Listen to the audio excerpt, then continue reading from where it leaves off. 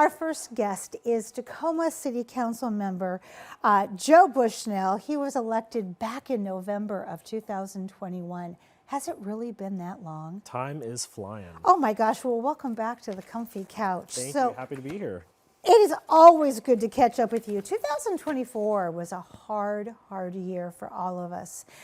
In terms of the budget, can you talk about how that got prioritized and how you and your colleagues are still in the hot seat in the sense of making cuts in order to balance this budget?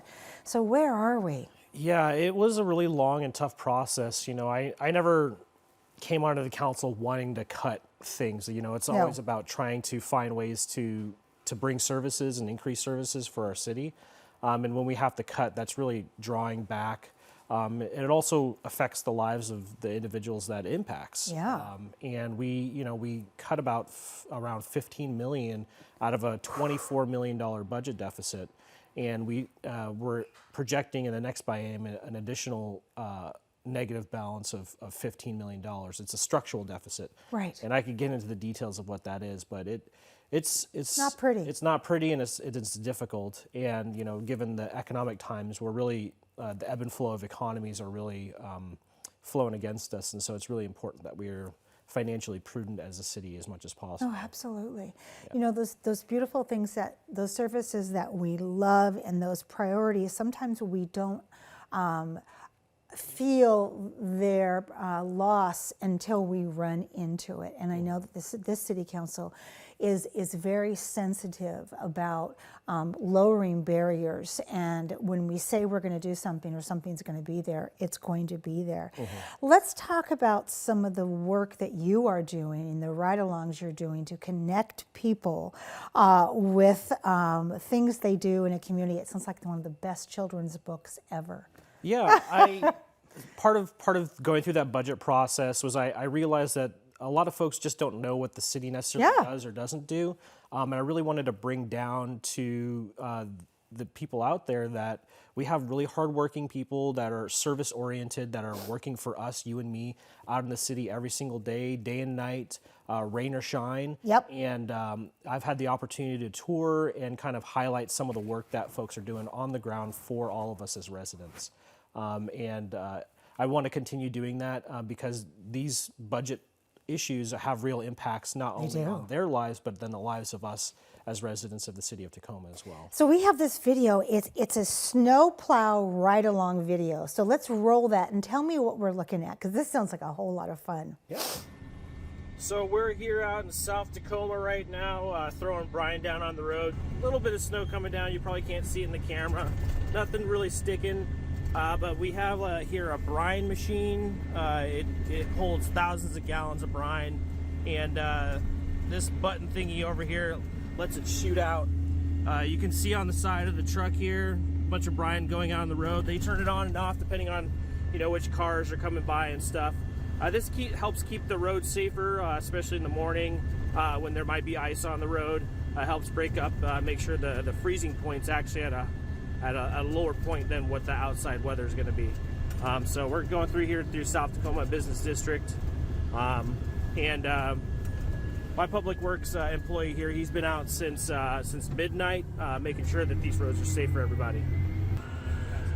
So it's really important for our streets to be cleared out for emergency vehicles. And that's a great example right there of why Public Works being out here, clearing out the ice, clearing out ice to make sure that our emergency vehicles are able to get to response. Waking up in the morning are able to get safely to work. And that would be fire trucks, that would be anybody who needs to, I mean, he's midnight with brine and he's up doing that. Yeah. You know what, that just touches my heart. Yeah, and that's just one example. You know, our firefighters are out there, they're on call 24/7. Our police department's out there, they're also out working 2, 3 in the morning. And so I think when you're asleep, you kind of forget that the city is still running even when you're asleep. Absolutely. So let's talk about when we think about elevating the needs of the community members. We've got some video of Interim Chief of Police Jackson, who was here last week, and you spending some time with the Interim Chief of Police. Tell us what we're going to see. Yeah, I had the opportunity to invite, originally I was inviting Lieutenant Myers, the sector commander for Sector 4, and we went out over onto Pacific Avenue. We've had some challenges out there with some of the businesses and some of the things that they're facing in that particular part of town over in the south end.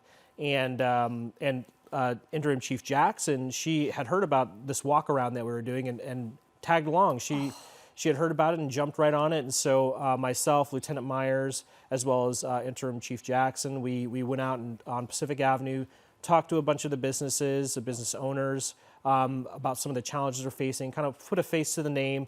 So when they have other issues that arise, they know who to be able to talk to and call.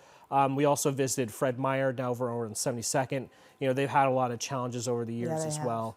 And so all the employees were super happy to see them, and just it was just a really great opportunity to really meet folks on the ground and talk about the issues that they really care about. And I can't imagine anybody who would not be happy to see the three of you.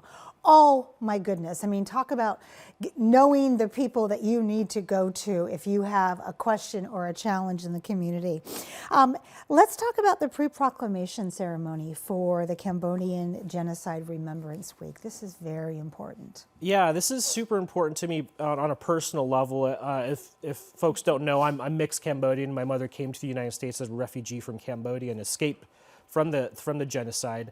And this year it's the 50th anniversary of the genocide.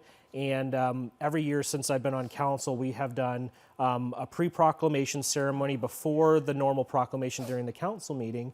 And as you see, it's very emotional. It's very personal for me, and for a lot of members of our community. And anyone in the public is invited to join us for this pre-proclamation ceremony. It'll be 4 p.m. before the council meeting. It's next week, next Tuesday. And it's really just a really emotional event. You know, I'm excited to continue this tradition that we've had and invite anybody to join us. I love that. Let's talk about this last minute and a half here, District 5 Civic Summit. Yeah, the District 5 Civic Summit. Whew. Yeah. Traditionally, I've been hosting town halls. It's kind of like which is more like I do a presentation and I kind of have a question and answer session. Last year, I brought in some city services so people could talk to folks that were experts in their field. But given the political climate and some of the issues we're looking at the federal level, I feel a sense of uncertainty, of angst, of chaos happening out there. And I feel it. I know our members of our community feel it. And this is really, I'm changing up the town hall format to be more of a civic engagement summit. There's a lot of people that are hungry to make a difference. Absolutely. And we can make a difference here at the local level. And there's a lot of great volunteer organizations. There's a lot of ways to connect to community. And so this is a really great opportunity to bring multiple volunteer organizations as well as some of our CBCs for the community to connect with them and put that angst and energy towards something positive for us locally. So we might not be able to control everything that's happening federally, but we can control what we can do here and how we react to things locally. And because it takes a village. It does. It really does take a village. All of us to come together and say, for today, we are going to stand in this. And we are greater when we are together and joyful and organized. Yeah, absolutely. Thank you for being here today. I don't ever want you to feel like you have to have permission to come back on this couch, because you do not. Councilmember Bushnell, thank you so much. Thank you. Thank you so much for having me. My pleasure. Looking forward to being back here soon. Absolutely. We have much more to come on Cityline. Don't go away. We'll be right back.